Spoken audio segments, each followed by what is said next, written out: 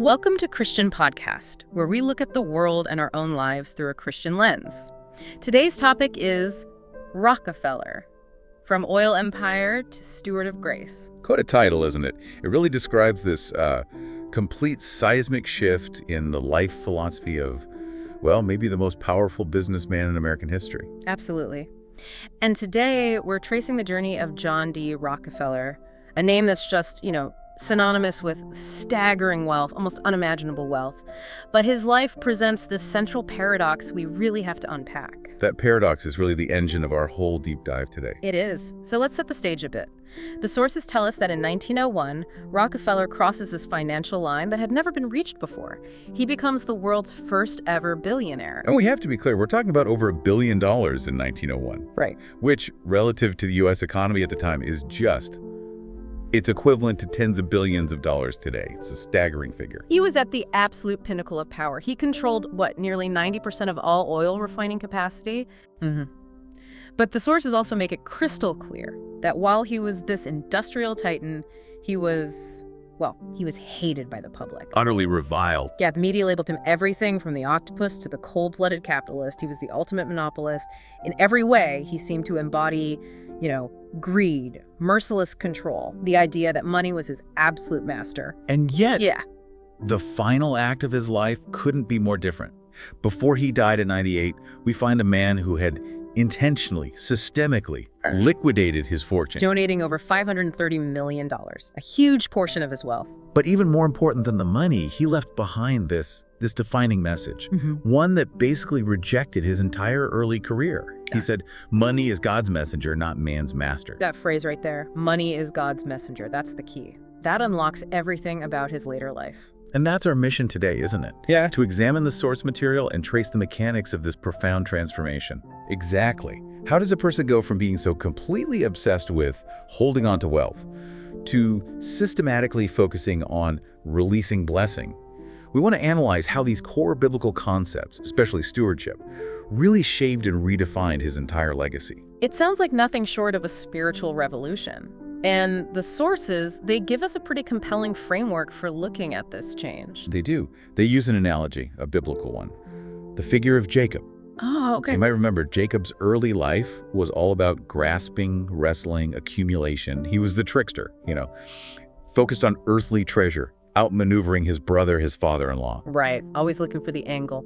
But eventually, after that encounter with God at the Jabbok River, he understood. He got it. Life's ultimate value wasn't in what he possessed or controlled, but in how faithfully he responded to God's trust. So his philanthropy, which was massive, systematic, strategic, the University of Chicago, the Rockefeller Foundation, this wasn't just some spontaneous change of heart. It wasn't him feeling guilty in his old age. Was it intentional? It was profoundly intentional. The sources really stress this. This was not random charity. It was the practical, deliberate application of the truth of stewardship. Okay. And here's the core thesis of our deep dive today. Rockefeller learned, probably through decades of pretty painful experience, that wealth is not about possession. It's about entrustment. And that true success is not about exclusive enjoyment, but about giving. Wow. And that shift from owner to manager, that's what defined his last few decades and turned this immense fortune into a system of, global blessing. Okay, so let's anchor ourselves in that central concept then, stewardship. Because when you apply that word to a man who controlled the global oil market, it suddenly takes on a monumental scale. It really does.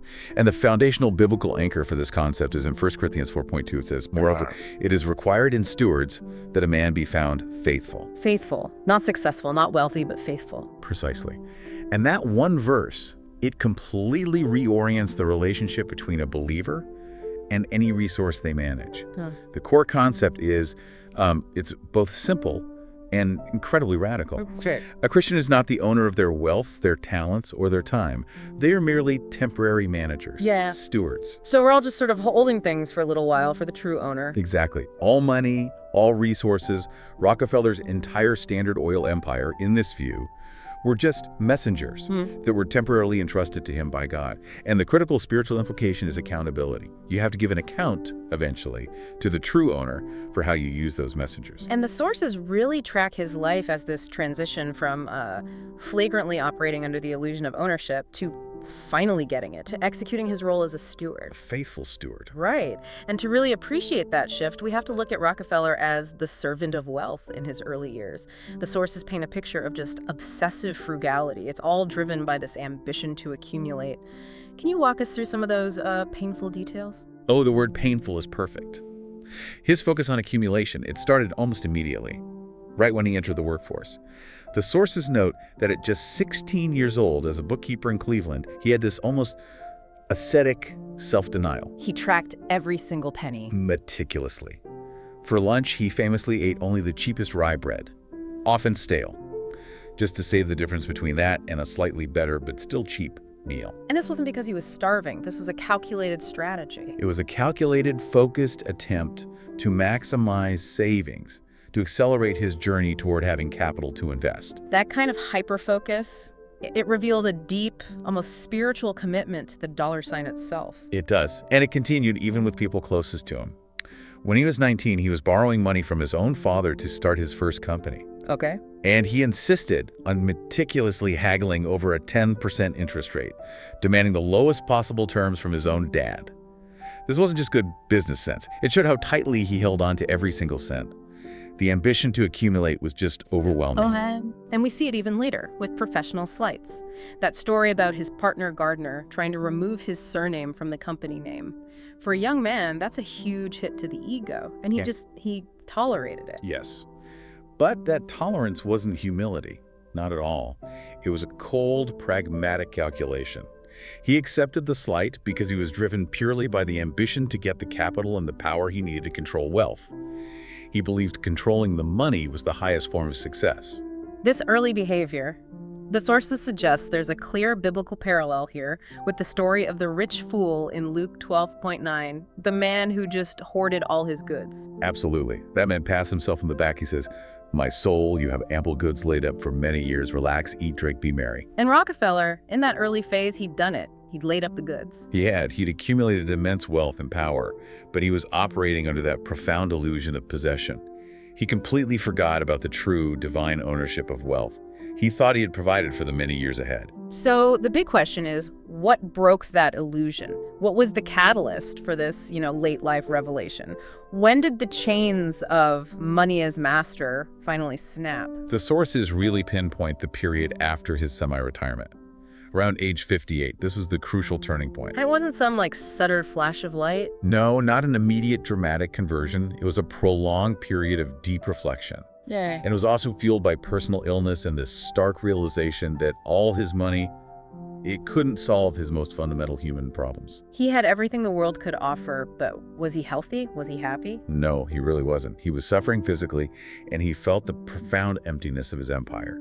And the key insight that came out of this period, and this is his famous reflection, was realizing the profound limitations of wealth. The quote, "Money can buy food, but not a good appetite. Medicine, but not health. Acquaintances, but not good friends." To hear that from the world's richest man, a guy who built his entire life on the premise that money could buy anything. That's astonishing. He climbed the mountain only to find the view was lacking. It lines up perfectly with the wisdom in Ecclesiastes 5.10. Yeah. Whoever loves money never has enough. Whoever loves wealth is never satisfied with their income. This too is meaningless. Wow. Rockefeller, having achieved every financial goal imaginable, he realized that satisfaction wasn't in accumulation, it was in use. The wealth was a burden when he hoarded it. It only generated meaning when he deployed it strategically for the good of others.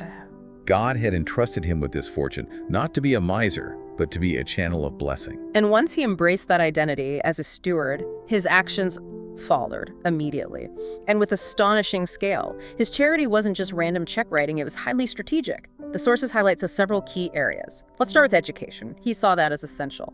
Education was foundational to his stewardship. He donated the massive funds to establish the University of Chicago, but his motivations weren't just academic. He was driven by this core conviction that ignorance is the root of poverty and crime. So for him, ignorance was a moral failure that needed a spiritual solution, and he channeled that solution through education. Exactly. The sources connect this action directly to the principles of sowing eternal wisdom. They link it to Proverbs 22.6. Train up a child in the way he should go, and when he is old, he will not depart from it. Mm-hmm. So his view was that education wasn't just career training or, investing in future wealth. It was sowing eternal wisdom, freeing people from the bondage of ignorance so they could recognize truth and order and their own potential. And beyond wisdom for the mind, he also focused on healing for the body, healthcare. This is where the sheer life-saving scale of his stewardship becomes undeniable. Yeah, undeniable is the right word. By establishing the Rockefeller University for Medical Research, his funding led directly to breakthroughs that eradicated devastating global diseases, things like yellow fever and hookworm. Millions of lives. The sources emphasize that his medical stewardship saved millions of lives globally. It reached far, far beyond the U.S. borders. This was systematic, targeted relief. That is the principle of Matthew 25.4 in action. Whatever you did for one of the least of these brothers and sisters of mine, you did for me. The sources see this medical work not as just philanthropy, but as love thy neighbor in its most tangible form, bringing God's compassion to the vulnerable and the sick. And finally, that strategic intent led to the Rockefeller Foundation. This was the mechanism for sustained global impact. It was designed to outlive him. It funded projects from agricultural improvements in Africa, teaching farmers better techniques. Exactly, to building public health infrastructure all across Asia. This demonstrated the longevity and the commitment of his stewardship. It's a kind of commitment that the sources tied directly to Galatians 6.9. Let us not become weary in doing good, for at the proper time we will reap a harvest if we do not give up.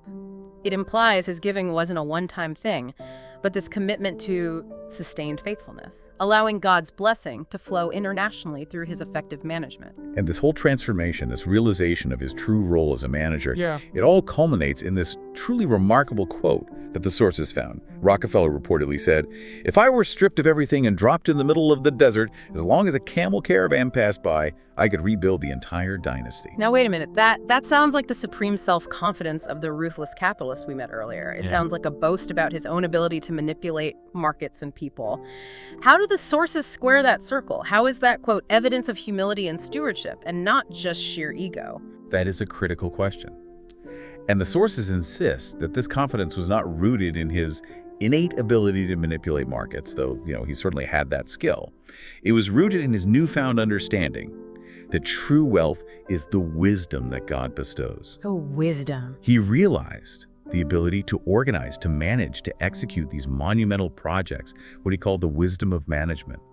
That was the real capital. That was the true gift entrusted to him, not the dollar amount itself. He was saying, God entrusted me with the wisdom to build. And that wisdom, not the cash, is what allows me to successfully complete the divine entrustment again. So his confidence was in the gift of wisdom, which he understood as divine, rather than in the temporary possession of dollars. That's a fundamental distinction. It's everything, and it leads us directly into our second major section. The sources make a profound case that giving was the key to release. It was the mechanism that unlocked his spiritual freedom from the bondage of money. We're talking about the upside-down truth of giving, which seems it's so counterintuitive to basic economics. It's completely counterintuitive. The biblical anchor here is Paul, citing the words of Jesus in Acts 20.35. It is more blessed to give than to receive. This statement it fundamentally overturns the world's conventional wisdom, which says receiving is gain and giving is loss. The world sees giving as subtraction, a net decrease in your personal resources. But the sources assert that Rockefeller's life proved the spiritual principle. Giving is not loss, it is blessing. It is not decrease, it is spiritual abundance. The more systematically and faithfully he embraced giving, the more he was released from that agonizing spiritual bondage of money that had characterized his intense, rye bread eating youth. He truly transformed. He became a blessed and free channel for God's resources. But I want to go back to something you said earlier. His approach was wise giving, not just blind charity. Now, was this strategic giving, which used all his standard oil management skills, just another form of corporate control? How do the sources defend the idea that this was genuinely transformative and spiritual, and not just him shifting his management skills from oil to philanthropy? That's a really good one. Yeah. The sources emphasize that the structure of his giving was designed to create eternal value, which is fundamentally different from maximizing shareholder return. How so? Well, think about it. Standard Oil was centralized, controlling, competitive. The Rockefeller Foundation was designed to be decentralized, collaborative, and aimed at solving systemic, root-level problems that offered zero financial return to him personally. Can you give us a concrete example of that shift in thinking? Let's take the University of Chicago again. He didn't just write a massive check and then walk away. The sources note he was intensely involved in the planning, the governance, the academic direction. He demanded the school be rooted in truth, cultivating leaders of character. He insisted on academic rigor and moral grounding. That focus on character and eternal truth rather than just market utility. That reveals the spiritual intent behind the strategy. Exactly, and his insistence on solving fundamental problems, not just treating symptoms in his medical research. That is the essence of wise giving. Blind charity offers temporary relief, a meal for a day. Wise giving creates systemic structures that continually bless future generations. By establishing modern public health methodology, he ensured that once yellow fever was gone, the system was in place to prevent the next epidemic. He multiplied the value far beyond his initial investment. It sounds like the practical application of Proverbs 11.24. One gives freely, yet grows all the richer. Another withholds unduly, but comes to poverty. His strategic generosity, focused on systemic improvement, multiplied the value of his fortune, not in dollars, but in global human impact. And this internal liberation became visible in the most dramatic context possible: the destruction of his own empire. We have to look at the dissolution of Standard Oil again, but this time purely through the lens of self-transformation. The corporate death sentence. That's what it was. In 1911, the U.S. Supreme Court mandates the breakup of Standard Oil. It's an illegal monopoly. Rockefeller is 72 and retired. His lawyer, who was universally seen as a cautious man, was terrified to deliver the news. He must have been expecting a devastating, maybe even fatal reaction from the man whose entire adult life was defined by building and controlling that single entity. He was expecting the reaction of the young man who haggled over 10% interest with his father. Exactly. But the source material gives us this astonishing anecdote. Rockefeller listens calmly to the catastrophic news. After the lawyer finishes, he simply asks, "Is that all? Good. I'm going to sleep now." That's serenity. Compared to the obsessive control of his youth, that's the clearest possible evidence of spiritual release. The man who couldn't bear the thought of losing $10 was utterly unperturbed when his entire corporate identity was dismantled. And the sources analyze this shift beautifully. They explain that through his commitment to strategic giving, he had already realized that the loss of wealth was actually a spiritual release. Wow. The collapse of his empire was no longer a personal failure, it was just a redirection. His focus had entirely shifted to what the source calls his eternal industry, the mission of education and health, which he saw as truly permanent. He had moved past equating his identity, his value, and his security with his financial holdings. The joy had shifted. The sources encapsulate this perfectly when they recount him being asked late in life about his greatest happiness. He replied that it wasn't the thrill of the first oil deal or conquering the market. He said, "Seeing a poor child escape fate through education, seeing a sick family regain health through medical research, this joy is more real than earning the first barrel of gold." That is the ultimate proof of it is more blessed to give than to receive. He had tasted the sweetness of grace transmitted through his own resources, a sweetness far richer than the wealth itself. And this kind of monumental spiritual and psychological transformation, it doesn't happen without severe testing. Rockefeller's life was just saturated with what the sources call trials of endurance. And this brings us to our third core principle: perseverance and humility. The framework for this section comes from James 1.3, right? Blessed is the one who perseveres under trial, because, having stood the test, that person will receive the crown of life that the Lord has promised to those who love him. And Rockefeller faced trials at every level: the hardship of poverty, the economic volatility of the Civil War, relentless professional slights, and the constant, often vicious media attacks. The sources argue that these pressures didn't just stress him, they refined his character. They slowly taught him humility and forced him to recognize a sovereignty far greater than his own. So let's look at that youth strategy, the young man's strategy of subduing self, because it illustrates how he practiced endurance long before he really understood stewardship. This is the Gardner incident. This happened when he was just 19 years old. He and his partner, Clark, they needed capital desperately to grow their business. They invited a wealthy, established man named Gardner to join the firm. Gardner, sensing his leverage, insisted the company name be changed from Clark Rockefeller Company to Clark Gardner Company, deliberately deleting Rockefeller's name from the masthead. For a young, intensely ambitious man, that was a calculated, devastating public humiliation. It challenged his ego, his sense of worth, everything. And the sources emphasize that his immediate emotional reaction was likely rage, indignation. But his response was calculated. It showed this early, almost superhuman level of emotional control. He forced himself to rationalize that anger would lose the partnership, which meant losing the vital capital he needed to grow. He chose the long game over immediate gratification or self-defense. He did. He concluded that only patience, enduring the slight, would allow the business to grow large enough for him to correct the situation later. And he did it. He patiently proved his value, worked relentlessly, successfully ousted Gardner 3 years later, and restored his name to the company. And the sources interpret this as much more than just brilliant business strategy. They see it as an early, almost unconscious practice of Romans 12.11, do not take revenge, leave room for God's wrath. He made a strategic decision that his personal glory was secondary to demonstrating character, both financial and professional, and ensuring long-term success that could ultimately serve his witness, or at least his reputation. And this lesson became a staple of his teaching. Yes, his later letter to his son reinforced this strategic patience. Patience is not servility, but a temporary strategy, a kind of self-refinement that can breed our competitive spirit. This is basically the application of Proverbs 16.32. Better a patient person than a warrior, one with self-control than one who takes a city. He learned to conquer himself, his own ego, his need for immediate vindication before he conquered the market. So if the Gardner incident was the young man's test of self-control, then the Standard Oil breakup was the mature man's acceptance of divine control. Exactly. His self-control matured into genuine humility in the face of the ultimate affliction, the destruction of his corporate identity. We come back to his calm response to the dissolution of Standard Oil. That calmness, the ability to sleep peacefully while his professional life was being incinerated, it demonstrated a submission to a power greater than himself. His serenity came from understanding Proverbs 16.9. In their hearts, humans plan their course, but the Lord establishes their steps. And the crucial difference here is that the young man's patience was aimed at reclaiming his own power. The mature man's acceptance was aimed at submitting to God's plan, even if that plan meant loss.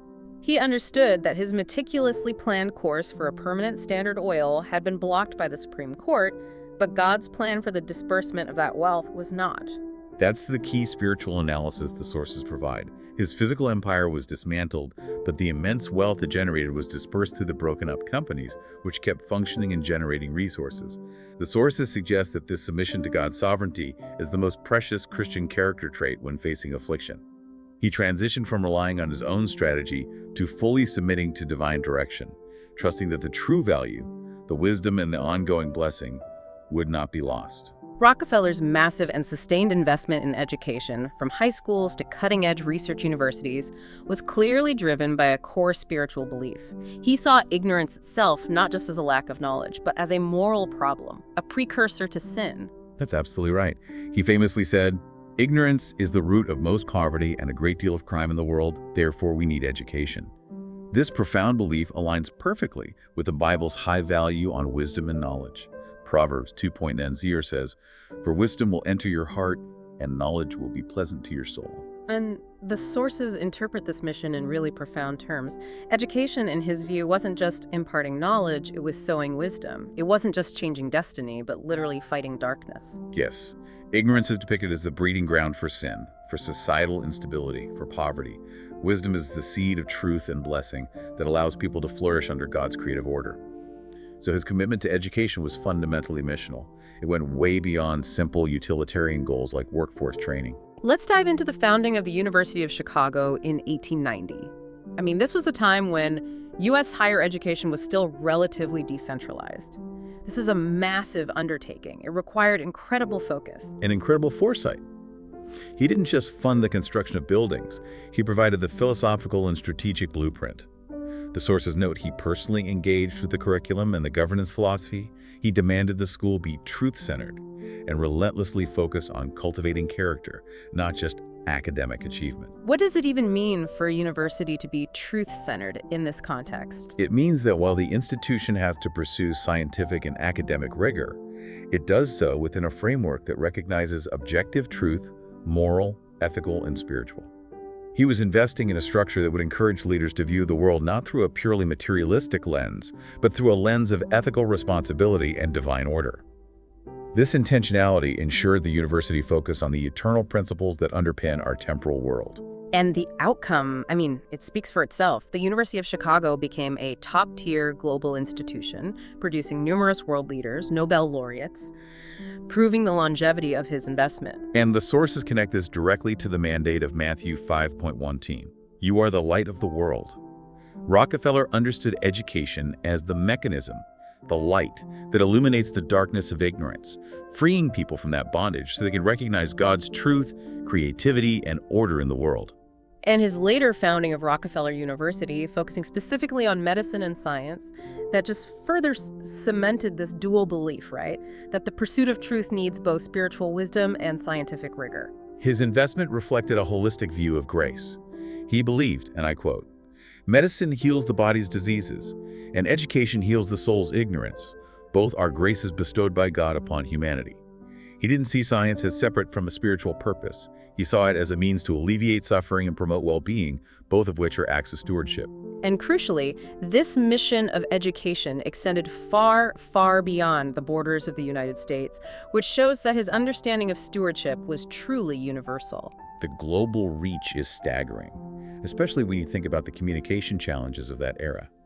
In the early 20th century, his foundation funded Yenching University in China, a precursor to Peking University, specifically to cultivate modern, educated talent for the nation's development. This was not a business investment. It was an investment in the foundational strength and wisdom of an entire society. And he didn't forget practical skills either. He funded agricultural education in India to improve farming techniques and alleviate widespread hunger. These actions, though they seem secular in their immediate form, funding a lecture hall or a clinic, are tied by the sources to the spirit of the Great Commission in Matthew 28.19. Go and make disciples of all nations. Now, while he wasn't personally evangelizing, he was transmitting God's love and wisdom through practical, systemic means. He was illuminating the darkness of ignorance with the light of truth. Exactly, allowing entire societies to recognize their dignity and potential under God's creative design. His stewardship became truly universal, making his money a messenger that reached every continent. It's just clear that the transition from a man who dominated the world's most powerful resource, oil, to a man who managed resources for the world's most fundamental needs, education, and health, required a complete internal restructuring of his moral framework. His life shows that regardless of the scale of the resources entrusted to us, the principles remain the same. His story provides an essential framework for understanding Christian stewardship. True wealth is not defined by the amount you accumulate, but by the faithfulness and wisdom of its management. So we've unpacked the extraordinary journey of John D. Rockefeller, a man who, in his early life, was the undisputed master of the oil industry, only to realize his true calling was to be a master of grace. His transformation provides a powerful lens through which we can view our own relationship with resources. We saw 4 key biblical principles that really governed his path from capitalist to steward. First, stewardship.